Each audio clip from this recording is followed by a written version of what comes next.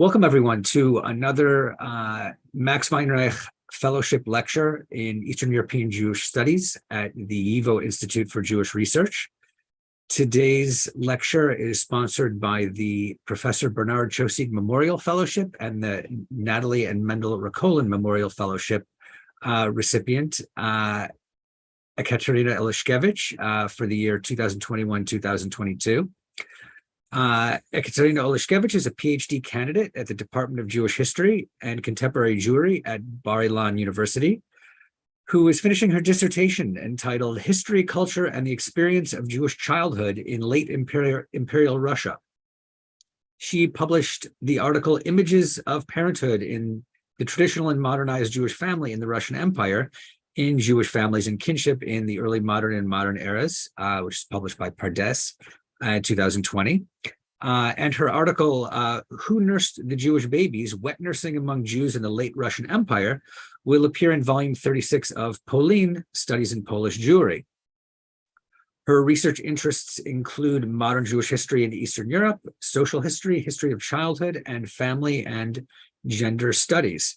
Her lecture today is entitled Gender in the Shtetl, Have Boys Really Never Spoken with Girls? And as I said, she is the recipient of the Professor Bernard Chosig Memorial Fellowship and Natalie and Mendel Rakolin Memorial Fellowship at the Max Weinreich Center at the YIVO Institute for Jewish Research for 2021 and 22. Please join me in welcoming Ekaterina Oleshkevich. And I just want to add one more thing. If you do have questions, please leave them in the Q&A section and not in the chat. And we will hopefully get to have those questions answered at the end of the lecture. So please again, welcome Ekaterina Oleshkevich. Thank you.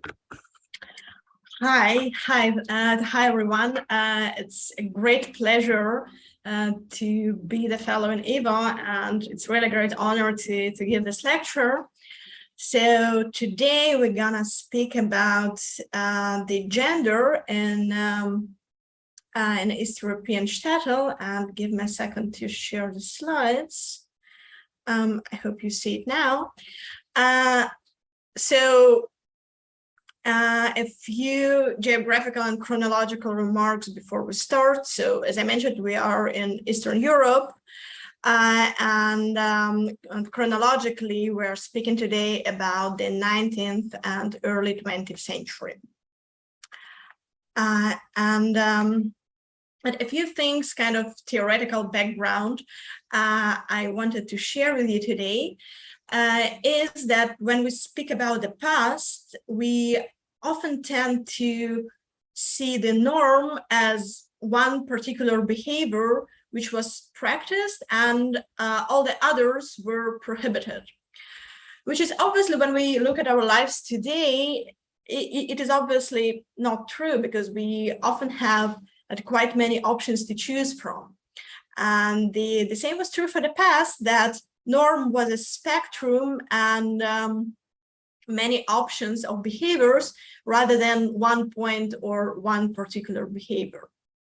And we also, especially when we speak about the East European Shtetl, we have this stereotypical image of how things function there. Like, for example, we often imagine East European Jewish shtetl as gender segregated. But I'd like to stress that this stereotypical image may sometimes roughly correspond to the core of the norm, but usually it doesn't contain the broad spectrum of less frequent but still normative behaviors. So as I mentioned, that there were quite many options to choose from. And the last point from this theoretical introduction is that just as today, different life situations inspire different behaviors.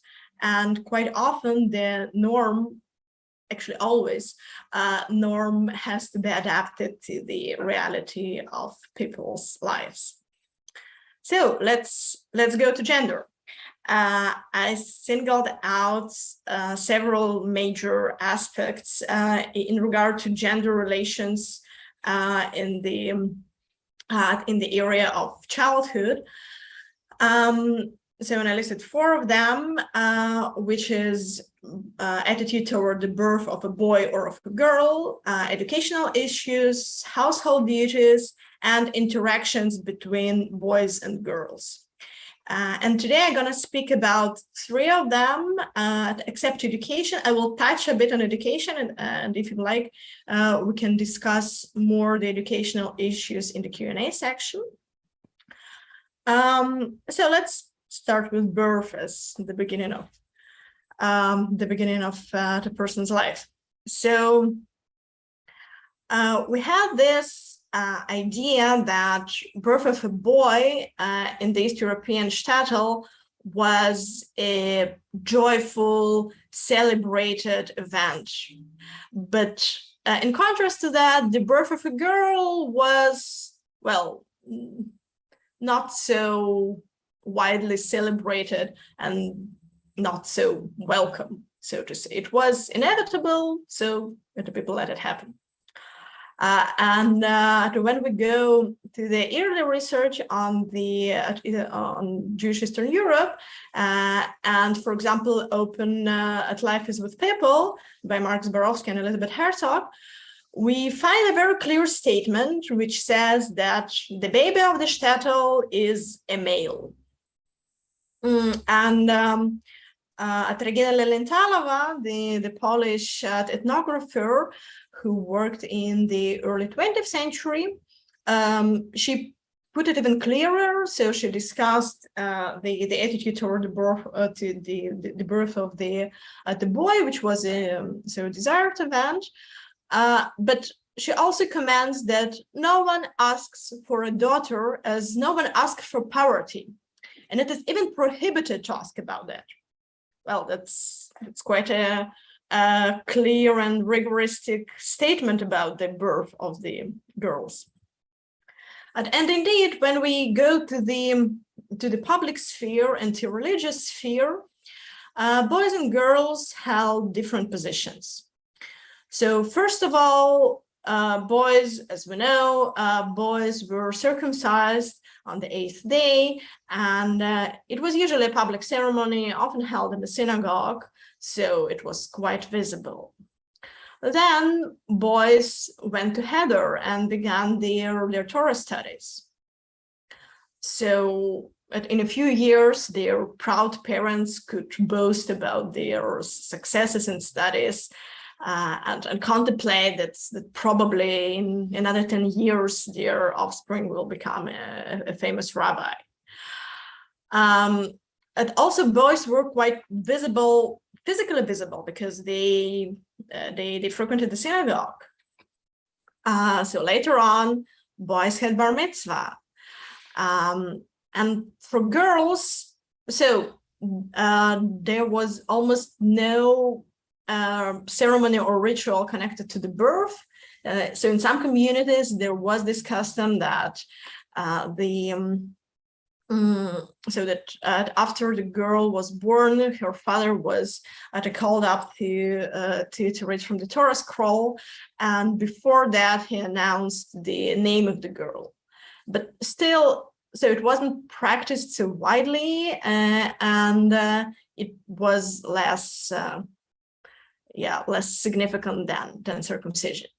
And after that, girls spent much time at home. They could study Torah, but they derived no social benefits from the successes in that.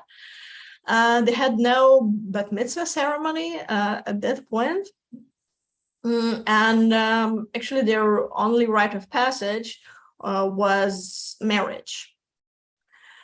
If we look at religious perspective, the things are almost the same there, because so boys study Torah, as I already mentioned, and as we know, and also an important function of a boy is to recite Kaddish after the death of his parents, and it is something very important for the traditional family, and often when either the first son is born or the son after a few daughters. So he's called kind of his nickname in the family is Kaddish, because it's his religious function. And also boys perform all the commandments, while girls perform the commandments too, but they are mostly practiced in the private space. And we do know examples when girls recited Kaddish, but still it was much, much less widespread. And another point is dowry, because if the boy can be married off to the wealthy family, girls need a dowry to be married off, and often it was quite a substantial investment. So when we sum up this social and religious perspective, indeed, it looks like girls were less desirable than boys. But does it really mean that the birth of the girl was unwelcome, that girls were perceived in a negative light in the family? But I think it's highly unlikely, because girls were half of the babies, and it's difficult to imagine that the families felt strongly negative about that. And I think the clear answer to this question is in the involvement of the personal perspective. So because what I discussed before that is more the social and the religious perspective, but it doesn't include the personal dimension. While we do understand that sometimes birth of a girl was quite an important personal event, and so first of all for mothers, it had its practical dimension. So because as a Jewish saying, the Yiddish saying goes, "A Sohn nach dem Tod, a Tochter beim Leben." So the son helps after the death by reciting Kaddish, but the daughter helps during the life by helping her mother. And the families were big, and mothers quite often needed help in running the household. But even besides that, daughters were emotionally important for mothers, because they had more chances to become their soulmates. So because for them, the experience of their mothers was important, maybe empowering, maybe bringing them to some difficult thoughts, but still it was very relevant. For sons, this experience was, well, it existed, but it wasn't relevant for the reality of their lives. So they couldn't really find why it is important for them. And so usually when after several boys was born a girl, so it was a very joyful event. And we tend to concentrate on the cases when after several girls, a boy was born and it was a joyful event. But we forget that the opposite situation, the birth of a girl after several boys, was still, very, very welcome. And some mothers wanted desperately to have daughters and not sons, or after they had a few sons. And one of such example is the story shared by Bernard Horvitz in his memoirs. So his mother already had 2 sons, and she wanted to have a daughter. And he writes that, "I arrived as an unwelcome guest to my mother, for already possessing 2 sons, she was very anxious that I be a girl. That she had prayed, had other people pray, and had contributed to charity, all in the hope that the Almighty will send her a pretty baby girl for her first child instead of a boy."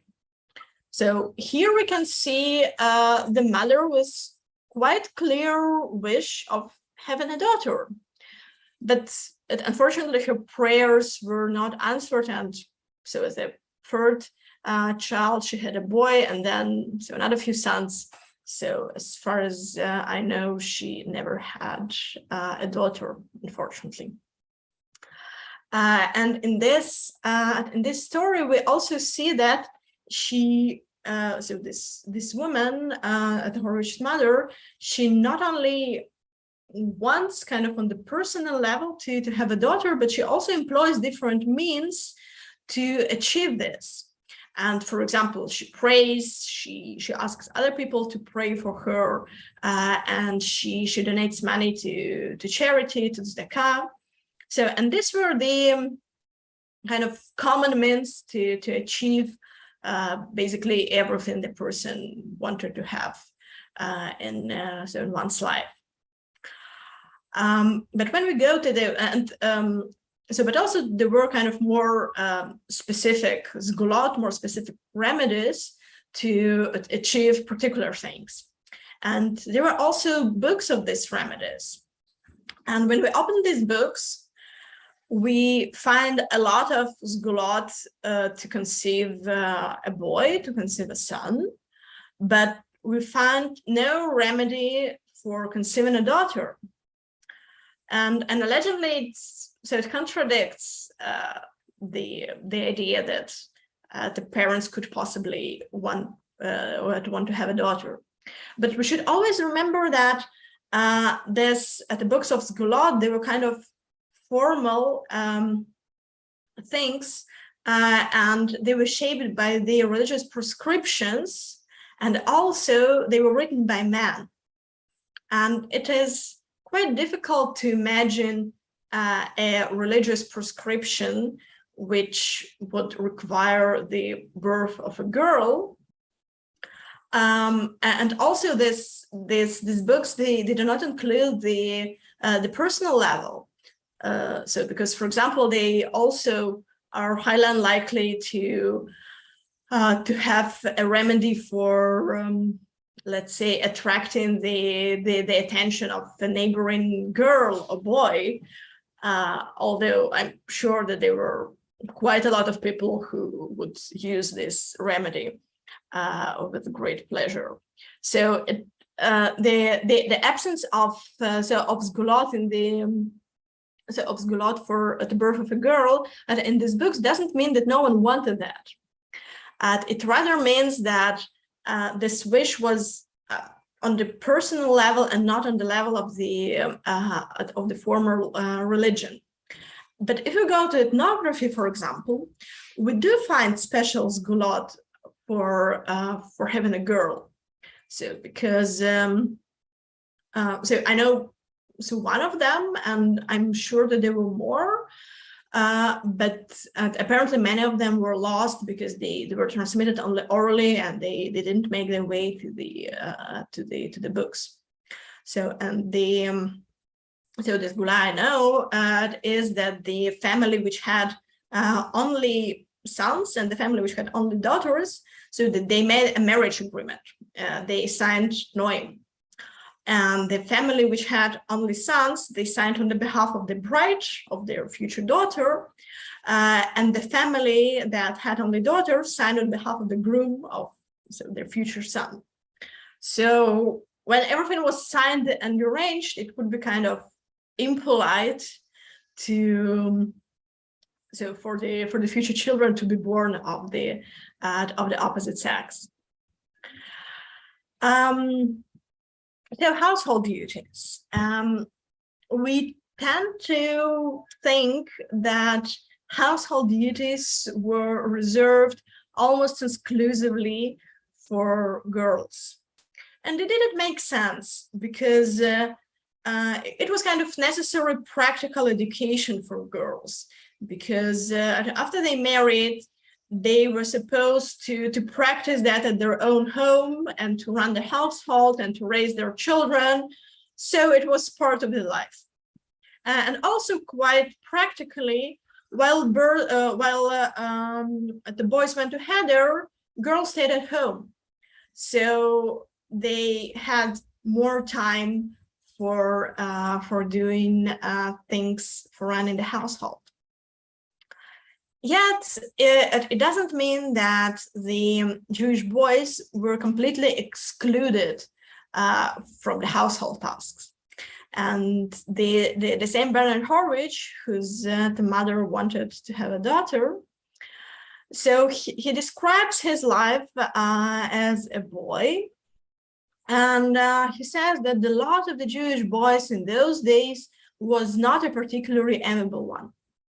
The precious daylight hours were spent in the dreary heders and Hebrew schools.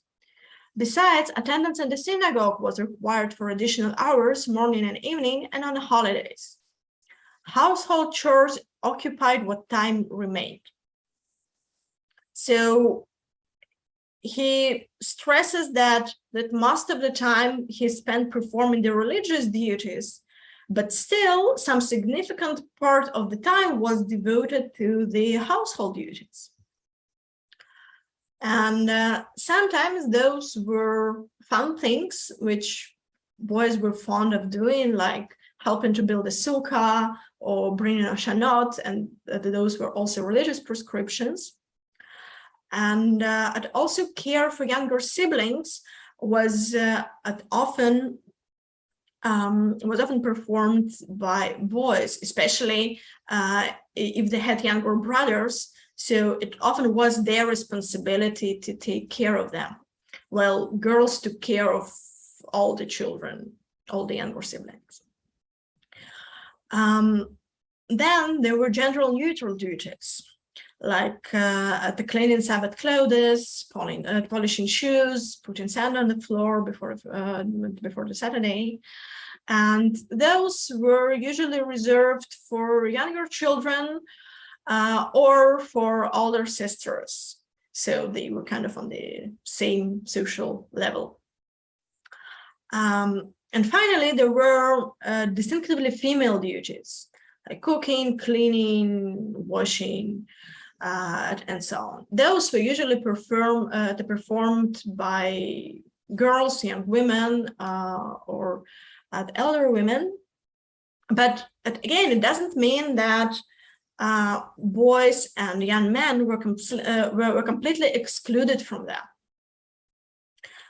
There were some situations when boys were involved in the household duties quite actively and so quite on the everyday basis. And one of the situations was when the family had no daughters.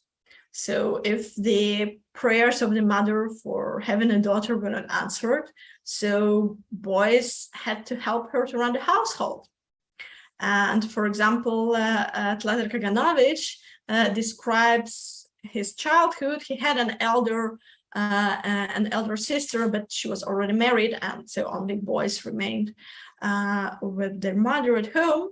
So he described that he used to wash the floors, wipe the house, wash clothes, do the dishes, bring water, and take care of the cow. So all of those were female duties, but in this particular situation, it was quite normative that a boy performed them. Sometimes the situation required it. And Menachem Mendel Frieden, for example, describes such an arrangement in his parents' house. So he says that his uncle Mendel, his mother's brother, lived with us and helped around the house and cared for the children. And in their first years of marriage, my parents couldn't afford to have a maid in the house. So again, here the situation is quite clear. We have the young couple, so each of the spouses is involved in some trade. So they kind of technically have no time for running the household, and they need help in that. And they cannot afford to hire a maid. So what do? They ask the relative, young and apparently unmarried man, to help them around. So, and it is him who runs the household and cares for children. So we don't know whether Mendel was satisfied with this arrangement or it was just temporary horror for him. But still, this account features no social disapproval of such behavior. So it was, well, it wasn't widespread, but it was normal. The Zalman Shazar, the third president of Israel, reports about a similar story, but more kind of on the regular basis. So he tells about his Melamed, who had a wife, and this wife was a broker in domestic servants, which means that she toured the neighboring villages and sought there for young women who wanted to be employed as domestic servants in the town or in the bigger city. And then she connected those young women with the potential employers.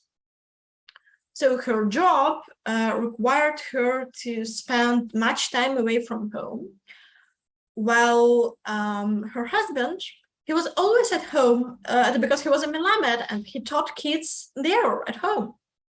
And that's why it was him who did the cooking, who ran the house, and who looked after the children.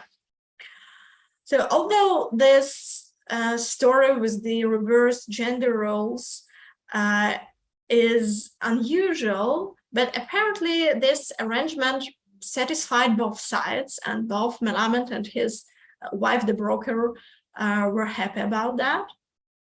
So, and when everyone was happy, so it was normal.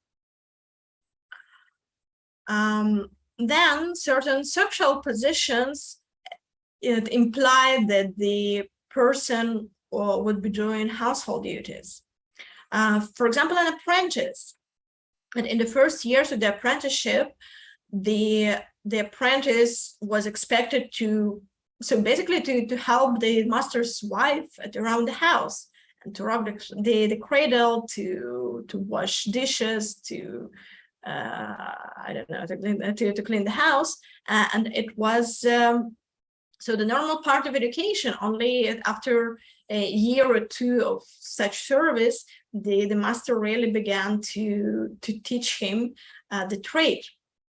And another example is Behalfer, who took the young children aged 3, 4 from their homes to Heder and then back. And he was also the person who put the clothes on them, who washed them sometimes. And those were also usually female duties, which in the case of Behalfer were normal to be performed by a man, by a young man. And in some cases, we find no reasonable explanation why in some particular situation the man performed female duties. So we just have to assume that for some reason either the person just liked it, or he did it better than his wife, or yeah, I mean that there was no so that wasn't so required by some situation, but it was rather a choice of a person to perform some household work. And it shows us that the norm, not only among the children but also among the adults, was flexible, and that it included quite many possible behaviors and possible options. And what is especially important, that when those rarer expressions of norm were practiced, they didn't meet any social disapproval. So usually the narrators who describe these unusual arrangements, well, they describe them because they are unusual, but still they don't describe them in a negative light. So usually they describe them So they describe them either in the positive light or in a neutral way. So which means that it was completely socially acceptable to behave like that, although it wasn't the most frequent behavior. So, and now we are coming to the question I asked in the title of my lecture, and to proceed into interaction between boys and girls. And there is a famous story in the memoirs of the Haskell Kotick, who describes the panic marriages in the mid 1830s, and he describes one particular example of so a boy aged 8 who was supposed to be married to a girl, and everything was arranged, and the families agreed, and the knowing were signed, and everything was fine until some very unexpected complication arose. The boy saw his future bride and recognized that it was Shtetl, the girl who he had fight with the Saturday before at her uncle's house. She was a nasty girl, and we weren't talking to one another. So they put up the chuppah, and so Shtetl was let in. And then the boy, he ran out from under the chuppah and shouted that, "I don't want to stand next to Shtetl. I'm angry with her." So this arrangement, so this situation shows that actually the boy was quite well acquainted with Shtetl. He had a fight with her. So apparently they played before that, and he knew that she was a nasty girl and they were not talking to one another, and he was angry with her. So it implies that they were quite well acquainted. And also Kotick mentions that after they were married, they continued to play together as they played before. So the situation would be impossible if the contacts between boys and girls were severely restricted. So, and also here we see no sign of disapproval that the parents, parents were angry with the kids, so because they didn't want to marry each other, but they were not angry about them playing together. So they also perceived it as something usual. But also in the reality of East European Shtetl, when the houses were crowded and the yards were crowded and everyone knew each other, it's very difficult to imagine that boys and girls never spoke to one another or never contacted one another. So, for example, if we imagine such a situation that the mother sent her son to the store to buy something, and he found there a girl who was helping her parents, was at the moment alone at the store, it's very difficult to imagine that he would turn his back and just walk away and not buy what he needed just because there was a girl there. And also, since women were economically active in Eastern Europe and practiced many trades, so the contact also between adults, the men and women, was inevitable. So it would be quite weird if it was permitted for adults and completely prohibited for children. Yet still, in the memoirs, we often find this catchy phrase which says, "I have never spoken with a girl."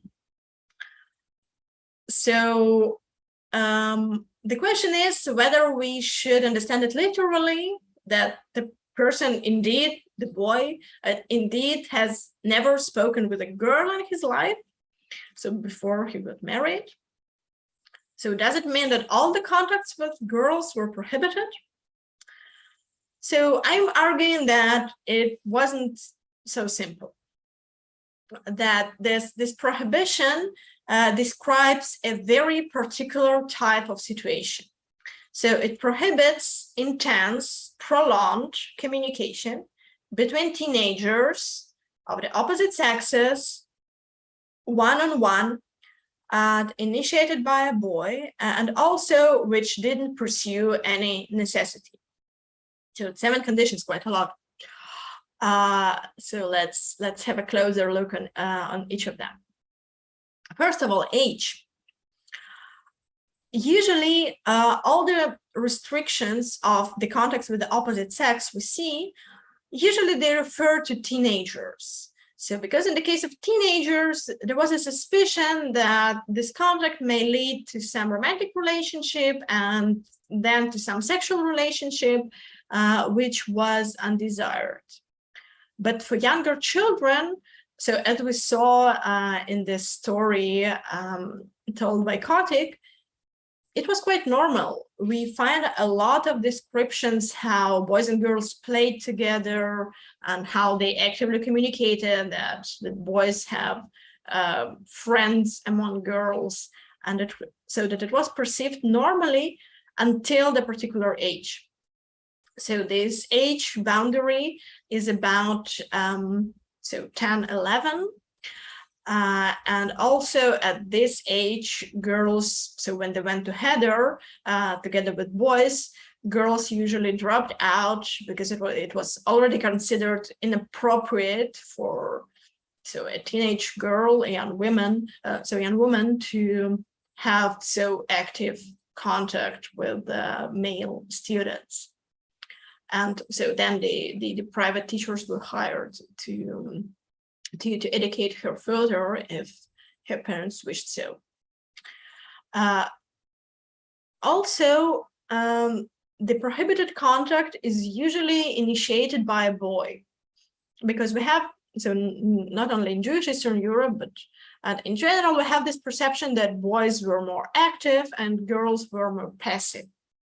And it's quite tellingly that girls never write that I have never spoken with a boy in the memoirs.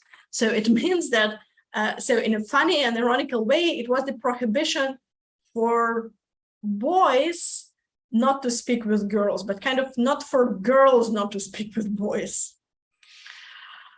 And also this prohibition relates to the contact on the individual level. So when a boy communicates with a girl, but when when the group was involved on one of the sides, it was usually normal. When, for example, the students in Heather, so they came to Heather, and if the Melamed had a daughter, the daughter was also present there because, well, she lived there. She had no other place to go. And also we have the multiple accounts of this group of boys communicating with the Melamed's daughter in quite usual way. So obviously she wasn't the part of the group, and she was kind of perceived in a separate way, but still the communication was present. And the communication due to some necessity, so again, when the boy came to the store, so it was also perceived as usual and normal. But when there was no practical necessity, so it may have been already suspicious. And so also, as I told, it's not the short and casual communication which this prohibition relates to, but it's a prolonged and intense communication.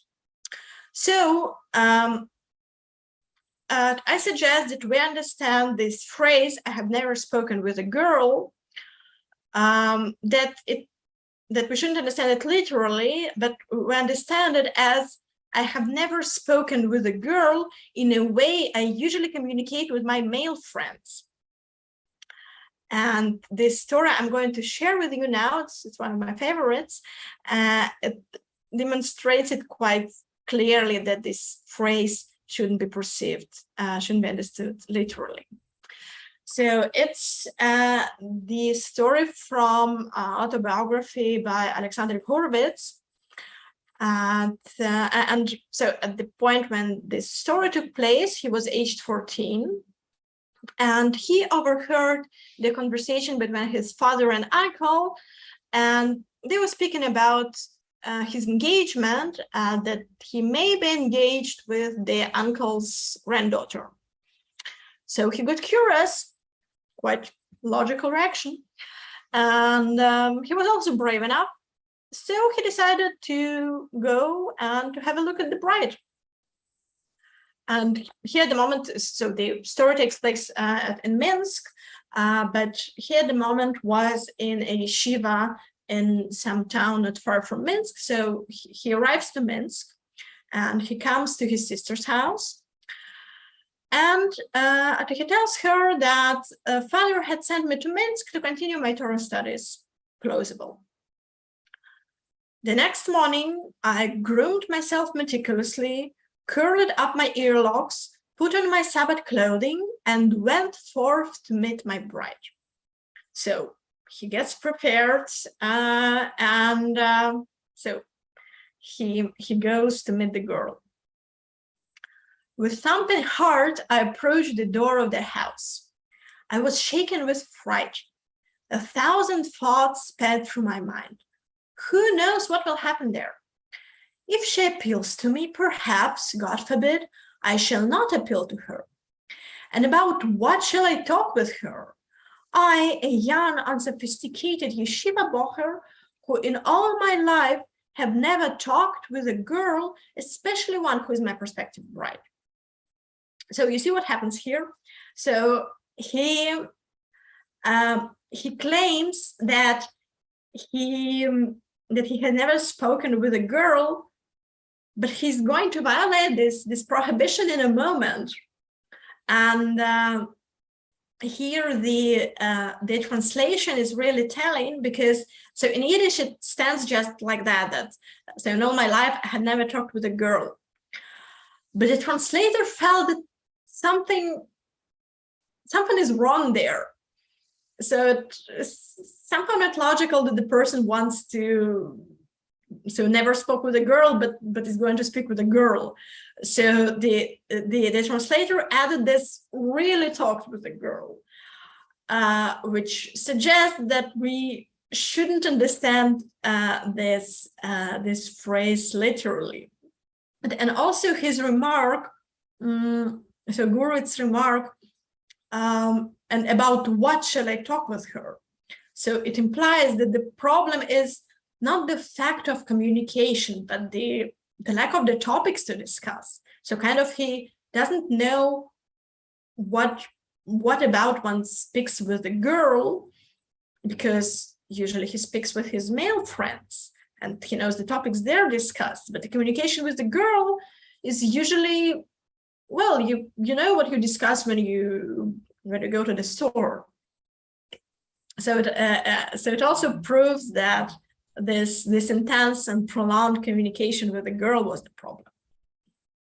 And let's see what happens next. So he's standing so in front of the house, in front of the door, and he's afraid to knock the door and to enter. So unknowingly, I had pushed the door forward a crack, and I suddenly glimpsed my jewel through the crack. So and then he describes the girl in not particularly nice way, and he didn't like her.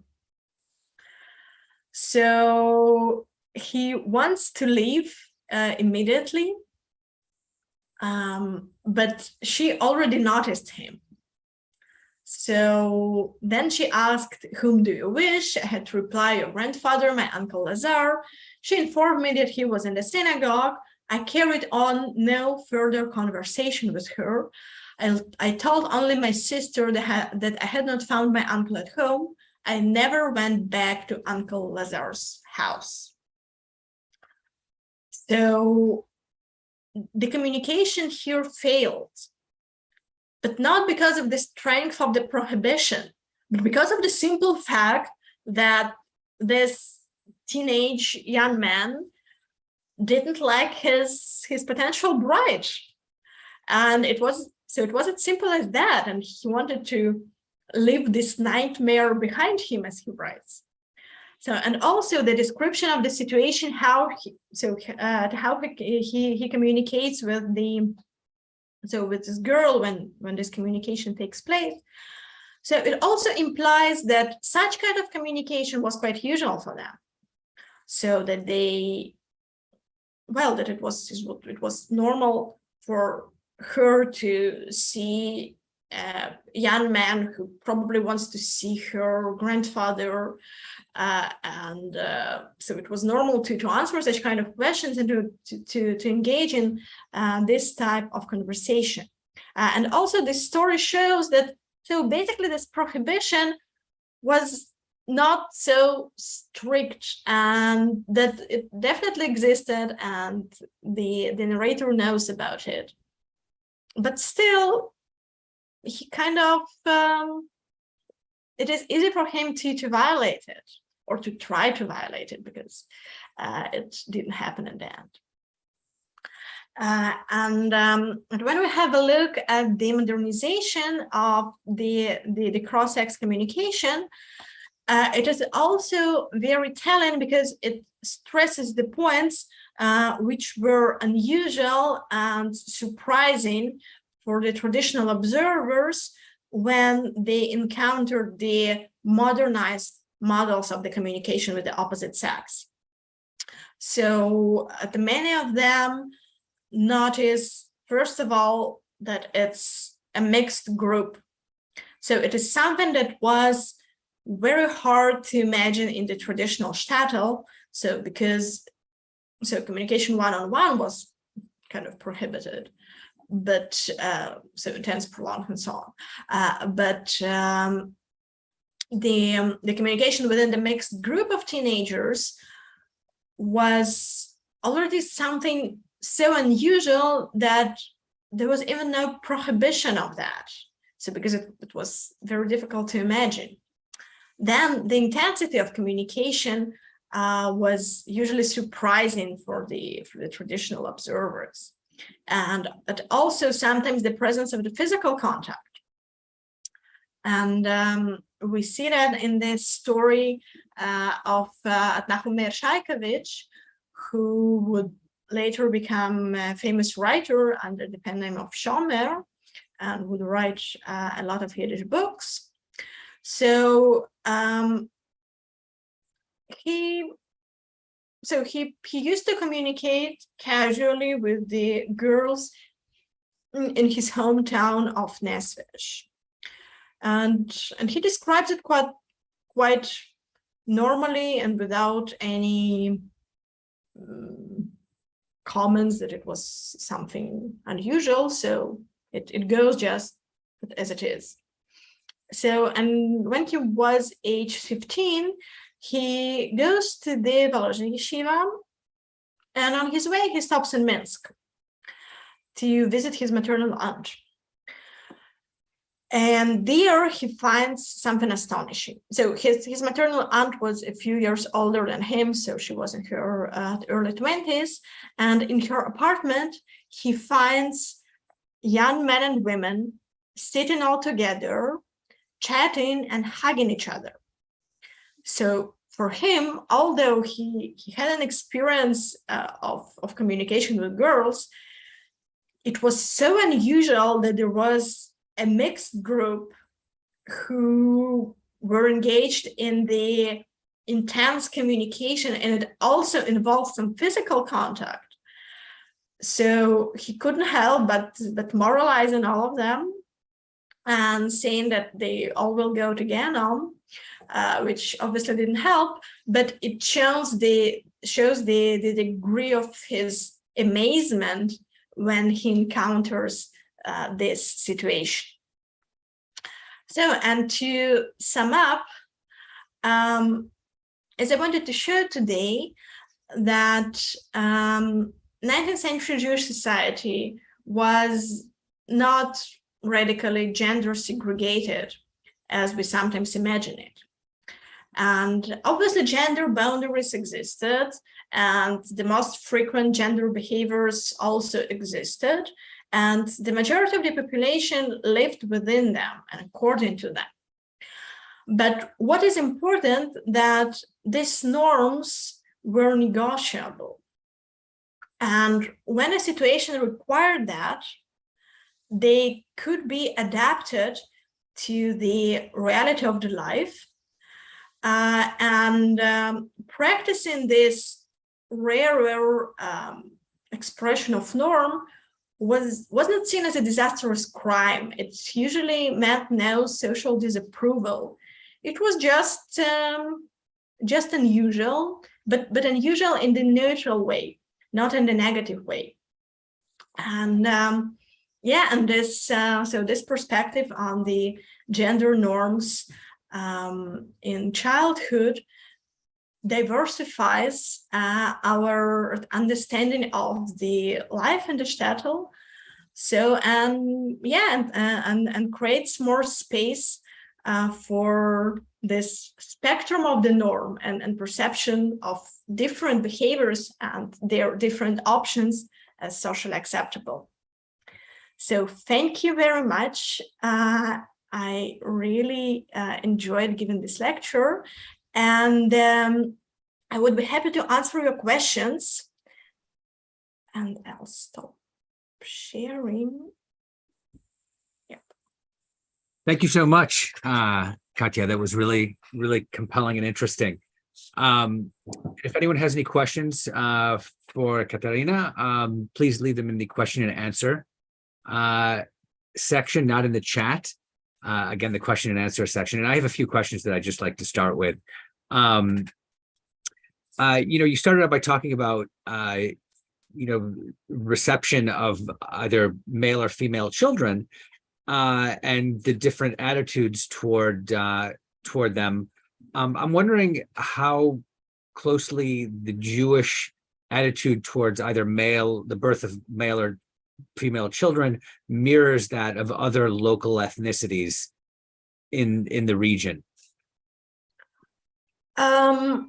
It's a good question, which actually I have no good answer for, but I guess that similar principles could be employed when we look at the Russian, Polish, Belarusian, Lithuanian, and all the other local populations. So everywhere there were household duties, and although sometimes boys could perform them, so usually it were girls, but also I think this emotional bond between mother and the daughter was of importance for many cultures. So because it meant that the experience of women were relevant for someone. So because usually husbands were not so interested how, I don't know, the soup was cooked, or I don't know what problems women encountered when doing something. Right. Although some husbands might be very interested in to know how the soup was cooked. But so again, it was rarer expression of the norm. But existed. Right. I agree. Right.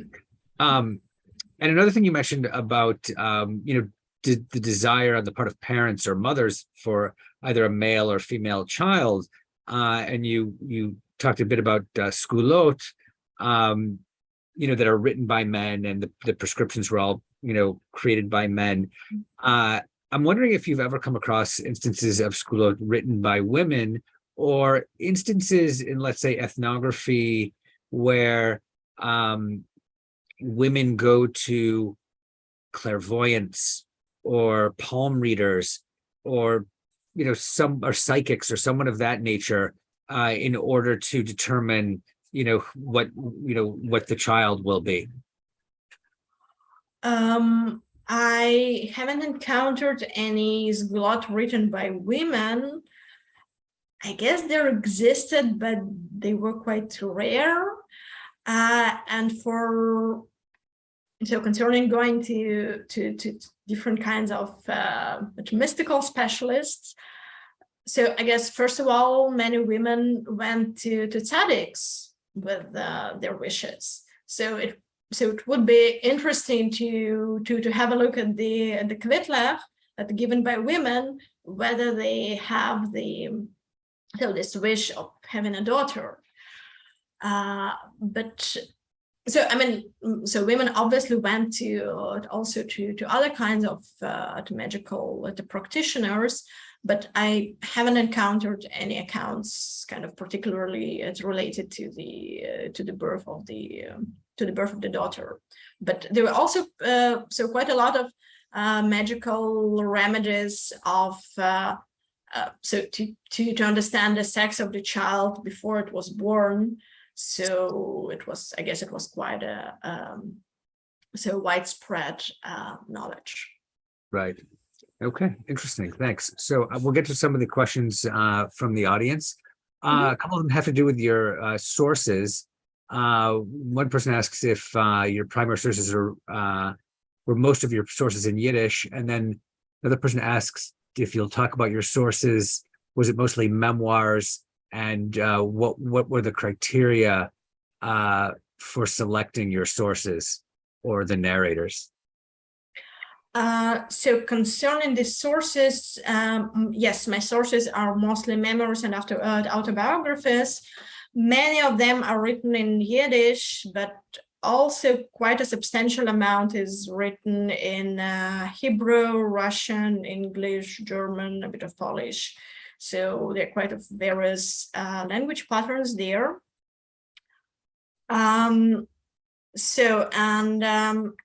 Concerning the question what are my criteria for selecting the sources and the narrators? So I just have quite a big selection of memoirs. For now, it's about 250. So it kind of I'm trying not to select them kind of on purpose, although I'm trying to include more the female autobiographies to kind of to make the female voice more present. But yeah, but besides that, I'm just taking all the sources I find. Right. So this same person also asks, to what degree were the sort of gender relations maintained in families of Jewish immigrants in both first and second generation situations? That's an interesting question. I haven't researched that, but I guess with the immigrants it would be a bit different because still the culture of the receiving society has quite an influence on those patterns. So I guess it just need further research to answer this question. Right. And lastly, someone's asking if why this idea of gender segregation has become is taken for granted. Where does this assumption come from that boys never speak to girls? So I think this assumption comes from the contemporary ultra-Orthodox society. So that's my guess about it, that we often tend to look at the ultra-Orthodox society and to say that that's how the things were in Eastern Europe in the 19th century. So I guess that's the source. Right. Okay, I think we're out of time. Thanks to everyone who joined us today. Once again, this has been a YIVO Fellowship lecture. This has been the Professor Bernard Chosing Memorial Fellowship and Natalie and Mendel Rakolin Memorial Fellowship recipient, Katerina Oleszkowicz.